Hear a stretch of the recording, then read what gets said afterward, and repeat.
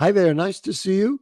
It's time for the Bronx Buzz. This is BronxNet's program where we talk to reporters, writers, editors, journalists, anybody who puts something out in the Bronx so you can find out what they're thinking about when they write it. And you read it and you say, oh, now I understand even better. And in our second segment today, we're going to bring in a Bronx author who has a brand new book that is really fascinating for people in the Bronx in particular. But right now, let's say good evening to Cullen Fagan, who is a reporter at the Mott Haven Herald. Nice to see you, Cullen. Thank you. Nice to see you too. Let's just start now. People should know, if they don't know, the Mott Haven Herald and the Hunts Point Express are newspapers that are essentially written by students of the Craig Newmark Journalism School. So, a little bit of background about you. Where you're from? You're from here? You're from there? You're from anywhere? And then what got you into doing this? Yeah. So I'm originally from Cambridge, Massachusetts, but I've lived in New York for the past 2.5 years. Should I ask if that means the Bronx or no? No, so I've lived in I guess not, but I live in Go ahead, it's fine. yeah.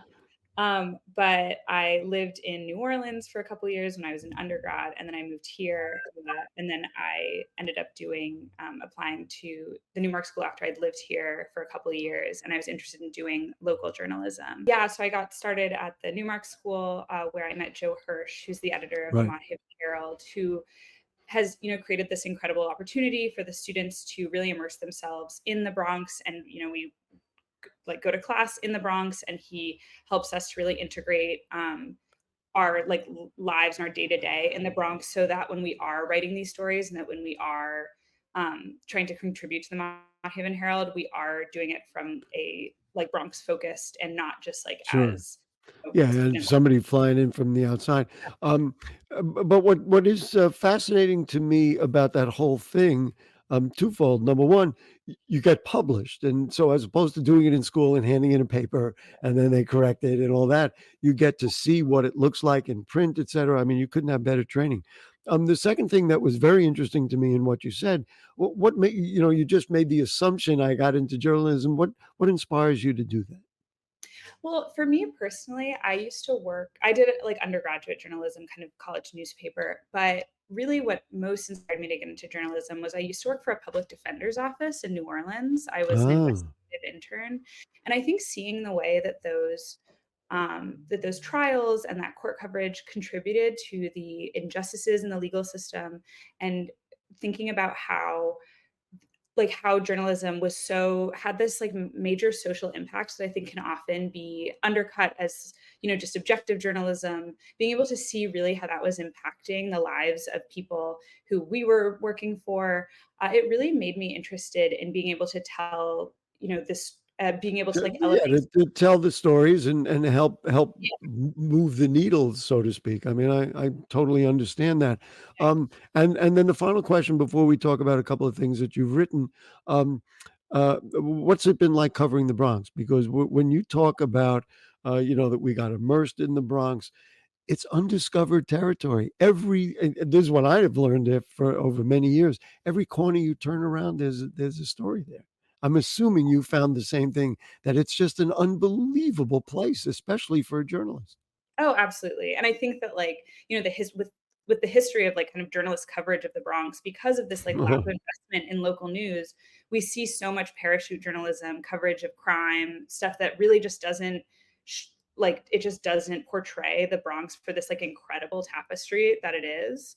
Thank And you, thank you, thank you. the Mott And you just coined a term that I'm gonna repeat at some point, and that is parachute journalism. That is fascinating to me and makes a lot of sense. Well, you wrote this piece about the Bronx has significantly less flood coverage. We have many shorelines, certainly in the South Bronx. We have shoreline in the West Bronx, shoreline in the East Bronx. We hear about flooding. All you got to do is turn on your news, even today, and you can see what's going on in California or Texas. And we've had our own bout with it. What is the deal with flood insurance for people in the Bronx? Yeah, thank you. So essentially, what we're seeing is a massive increase in the risk of hazardous flood events. 2021, survey of the Bronx showed you're looking at like one or two hazardous flood events a year. They redid that in 2023. You're looking at up to six, which is the most Wow. in New York City borough. And that's coming from the Federal Emergency Management Agency. While this is So happening, let's just be clear about that. So the risk here is larger than maybe in some other places because of whatever the geography or, yeah, the by that weather or whatever. yeah, there's a Yeah, bunch of different metrics, but this is looking at predicted hazardous flood events. And right. also, the Bronx has some so it has minimal infrastructure to help with flood mitigation, which like in some areas, in areas that have invested more and have, wealthier communities that have invested more in things like flood walls, in marshlands, you're not seeing that as much. But the Bronx both has this higher risk of flood disaster, and it has less infrastructure in place to mitigate the effects of it. In next to that, we're also looking at the lowest rate in all 5 boroughs of flood insurance, which is, Mhm.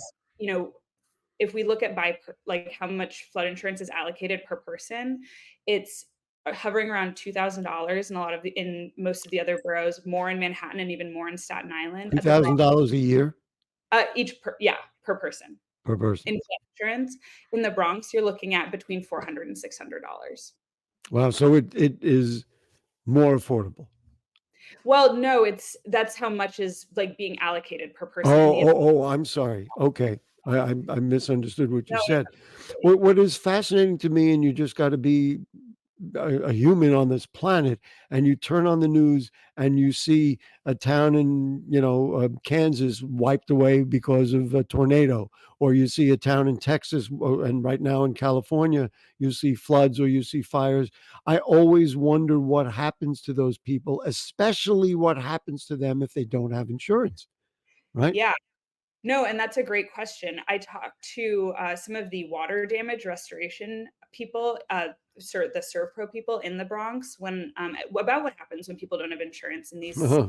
situations, and just so you know, the biggest like natural disaster, the most common natural disaster in the U.S. right now is flooding. But the water damage restoration people, what they told me is that when people don't have insurance, sometimes they can work out insurance plans, but if like payment plans, but if they don't, they literally just don't get the damage like restored. And then you're looking at long-term health issues from mold. You're just looking at like these issues compound on each other. It would never end, and you would never have somebody to talk Mhm. to do it.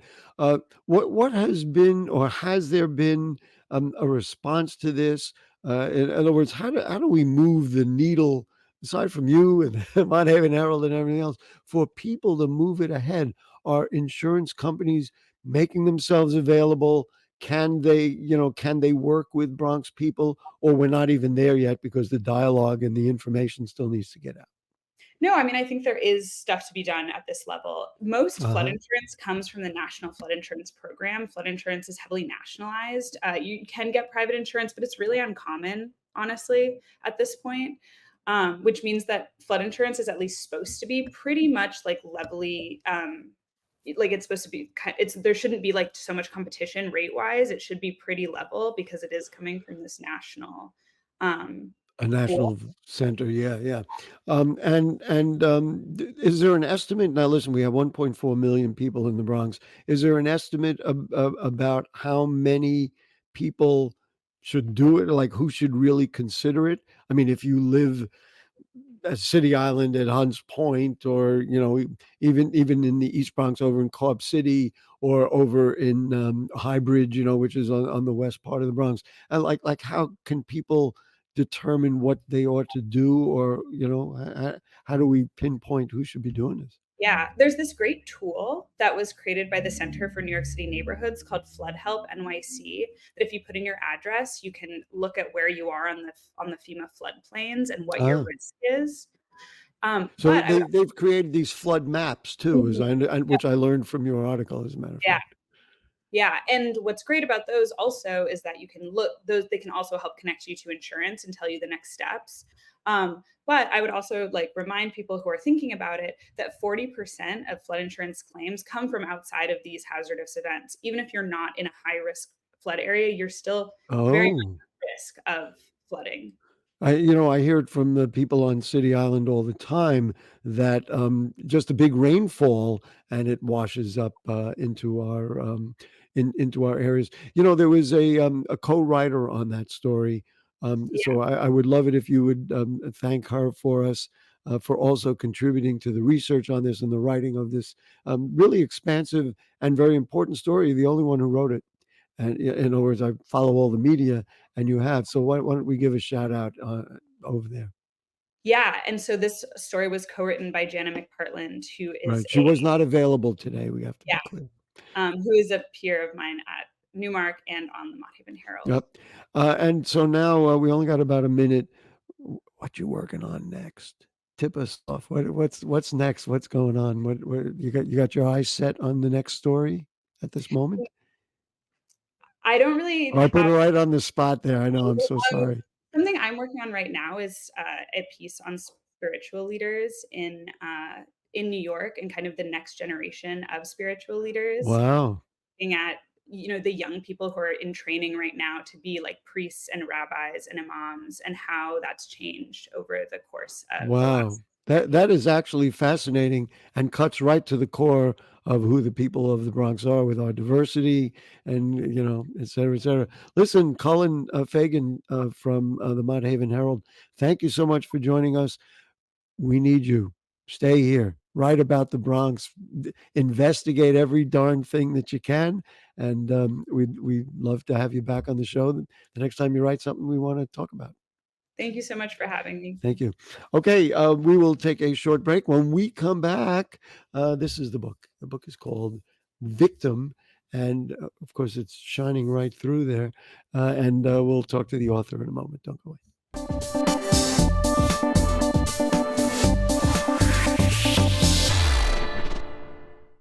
Is that time yet?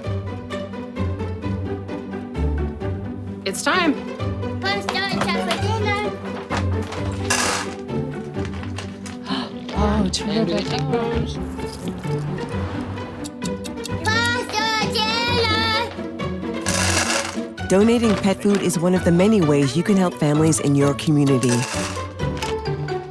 Pets and people belong together. Learn more at petsandpeopletogether.org.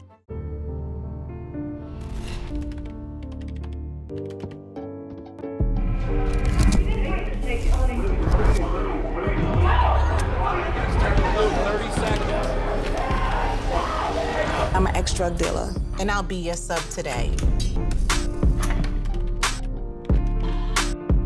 Can you see anything different as a pill? No.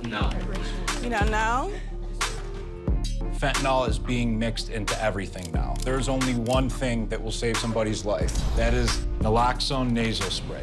Fentanyl, it's cheap, it's potent, and it's profitable. Why would drug dealers put a lethal dose of fentanyl in drugs if they know it's so harmful? Really just all about the money. I just didn't realize that one pill could change your whole life. More kids should know.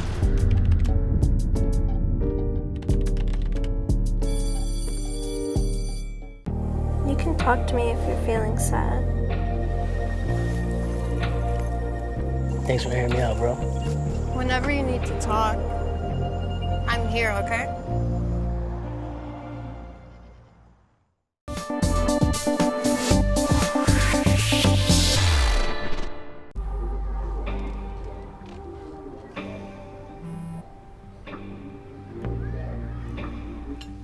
I don't know why you're so sad. You've got a roof over your head. Bro, you gotta stop with that depression stuff. That's a white people thing. Escúchame, en esta casa los hombres no lloran.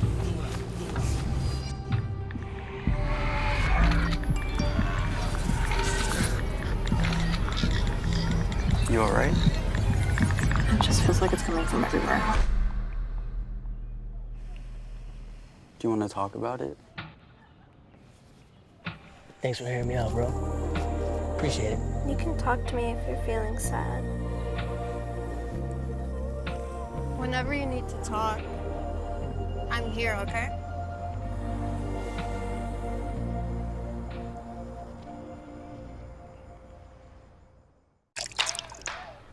You're not going to get it all right. Just make sure you nail the big stuff. Mama! Like making sure your kids are in the right seat for their age and size. Get it right at nhtsa.gov/the right seat. Okay, back with you on the Bronx Buzz. I'm real excited about this because this is a really good book. It's a novel, and it really cuts to the heart of some very interesting things in the Bronx. The author is, now I'm going to show you the book, but it's got green on it, so it's going to kind of reflect a little bit. I don't know if I can get to the whole cover. The book is called Victim. The author is Andrew Boryga. Andrew, nice to have you on the program. Thank you so much for having me. It's an honor. Let's just talk a little bit about the background. Your background is in you're not in the Bronx now, but your background is in the Bronx. Tell us about where you grew up and how that informed things like this, which is really, in my mind, a Bronx book. Thank you. Oh, I'm glad to hear that. Yeah, no, I'm a Bronx boy through and through. Grew up Bedford Park, not too far from your Lehman College studio over there. So Exactly, right. I know that area well. Yeah, I went to elementary school, middle school, the Bronx public schools, and then Which high school we want to know? I went to Mount St. Michael for high school. Okay. Yeah, Sure. yeah. So still the Bronx. People say it's Mount Vernon, but it's No. It's a Bronx. Don't mess right. with me, man. Come I on. know, I'm a Bronx I know. boy. I get, we get stuff from the Hayes guys all the time. So Oh, okay. you Good for know you. how that runs. Well, they did win the championship this year. Yeah, so yeah. We don't got little respect. So you grew up there, and you went to college somewhere? I went to Just college at Cornell. Yeah. Cornell. upstate. Congratulations. Yes. Thank you. So then my question was, how did that inform, or how does that background inform your work?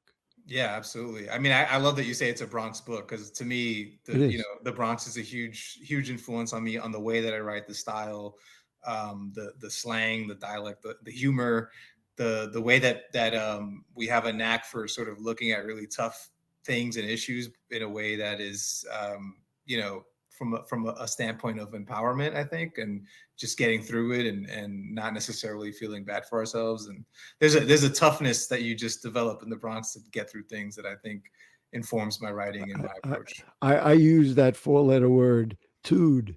We all got a little. We in the BX got a little tood. That's right. That's right. That really, to me, it kind of sums it up. So then, your growth also as a writer. Did you always want to be a writer? Did you one day say, "I got this idea for a book," and that was in other words, how did we get from there to here? Yeah, no, great question. It started really with journalism. I started writing. Actually, my first writing job was for the Norwood News out in. Oh, really? Yeah. Wow. I was a youth intern at the Norwood News with Jordan Moss, who was my editor at the time, and journalism was really the first avenue that I even understood was available to you as a writer. I didn't really, when I was 16, 17, I didn't think you could be a fiction writer.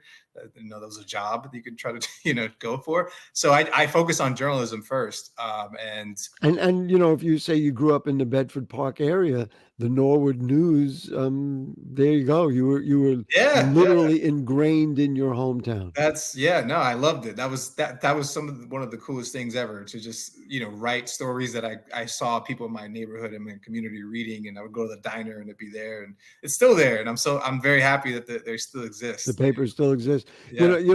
Now it all comes full circle, and we don't pull punches in the Bronx. It was through Jordan Moss that we made the connection with you, is that he sent around, "Hey, you guys should check out this book." And I was like, well, wait a minute, if it's a Bronx book, I got to have it on the Bronx Buzz.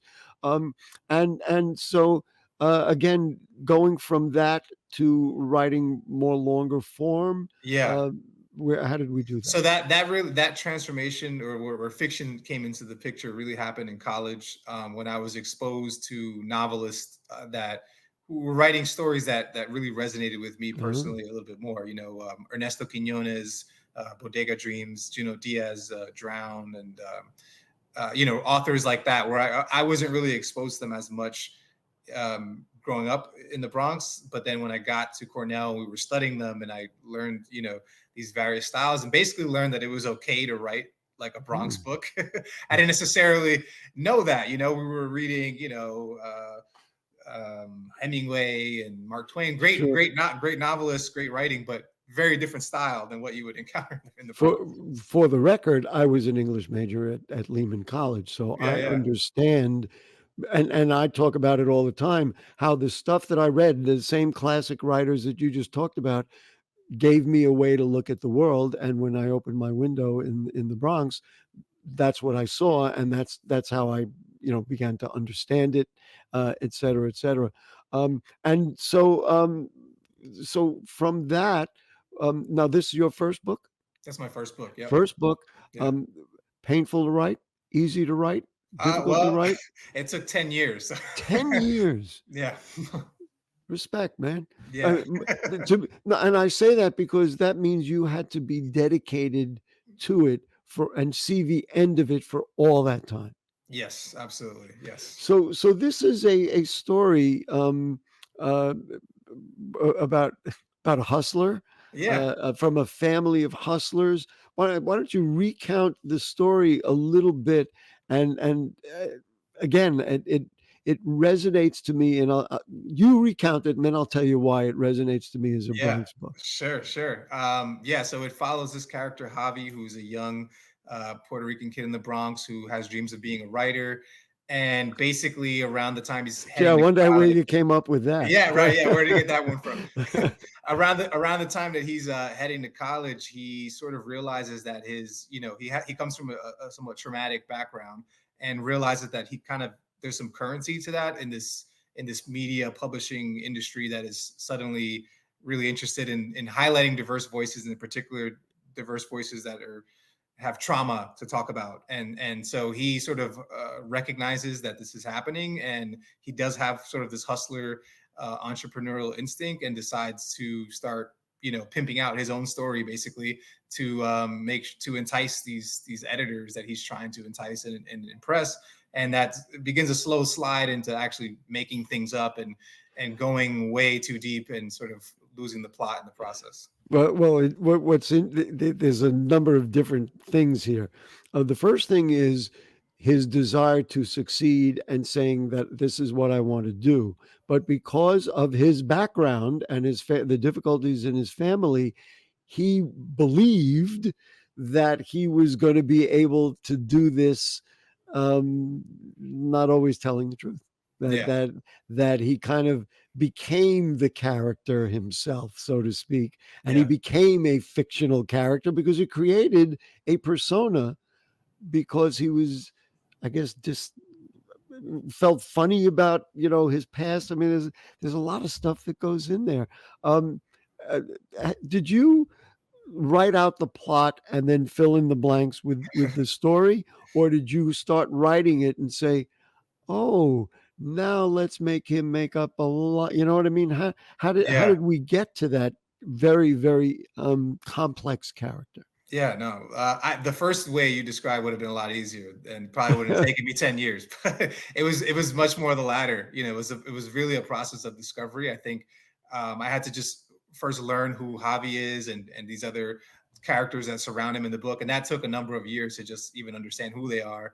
And then as I'm going along, I wrote different versions of this book. I just found different ways to tweak it and sort of really understand, like, what is Javi after? He's this person who's disillusioned by an idea of success that is not actually something he really wants in the end. Well, also because he never saw it in his apartment. Exactly, right. And there are revelations about white privilege that come through the school to prison pipeline. All these things that are, frankly, around us in the buildings and the neighborhoods that you can see behind me, are in this guy's head.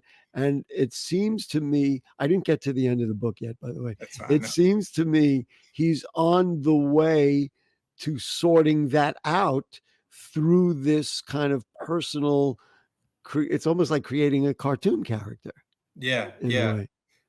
But here's my question to you, because as I'm reading it, and I appreciate what you say about learning the language and using down to earth language, and I call it Bronx language. That's my prejudice. I love it. I love that. But it's very readable, because I could relate to the voice in there. How much of that is autobiographical? The book itself, no. There's, basically Javi is. Wait. So you're not really a nice guy who writes books? Oh, okay. Oh yeah, no, yeah. Well, you got to finish the book. You might not like him as much by the end, but he, I think in a lot of ways, his journey is sort of an alternative journey that I could have gone on. I did write a lot for these big publications and sort of interact with this media world and get an understanding of sort of what was expected of me at times and how some of that I wasn't, it was and was not comfortable with. And so he is sort of an ulterior version who maybe would have gone down the path of doing some things that I personally didn't feel comfortable doing in terms of the types of stories and the way to represent myself, and my community. In terms of now that it's out, and of course we're promoting it, folks, check out Victim. I'm assuming it's available wherever books are sold. It's available for pre-order. It'll For be out. pre-order. It'll be out March 12th. Oh, okay, good. I'm glad we established that. Yes. And then at that point, we're going through the traditional avenues to purchase books and find out anywhere books are available. And there's an event at the Lit Bar that I'm gonna do on March 19th. That's right. I heard. I'm so glad you mentioned that, because you were talking about being inspired by literature, and of course we have a desert of books. And thank you to our buddy Noel Santos for creating that. And I don't know if you've been down there. It's I've been down. Noel and wonderful. I know. Noel and I know Wonderful. each other. She's awesome. Wonderful selections of books. But now that it's done, do you think about, what I ought to do next, or we haven't gotten? Of course. There? Oh, you have. Yeah. No, you had a lot of time in that 10 years. Yeah. Yeah. Well, yeah, I've been thinking about it. I don't necessarily have the time to write it right now, but it's definitely I'm going to write something else, and I love writing fiction, so I hope. And here's a leading question before we wrap this up. Do you think now that you've done it and you've been through the process, it'll take you shorter than 10 years? I really hope it's. I hope so. Goodness, wouldn't that be nice? All right. So, Andrew Boryga, thank you so much. You are one of us, and I'm curious. I'm sure that when you see things where you are now, he's in Miami now, folks. When you see things, you still translate it through your Bronx tude, if you will. That never leaves, man. Never leaves. It's in my heart. It's beautiful. Listen, so the book is Victim, Andrew Boryga. It's a novel. It's fascinating. If you're a Bronx person, you will find something in there for you, and you'll find it easy to read because it'll be in your language. So, Andrew, congrats on the book. Let's not wait 10 years till the next one. Thank you so much. All right. Thank you, folks. That will do it. We want to thank Cullen for joining us in our first segment. We thank Andrew for joining us in this segment. And you know what we always say, if the curtain don't fall and the creek don't rise, I'll be back next week. Good night.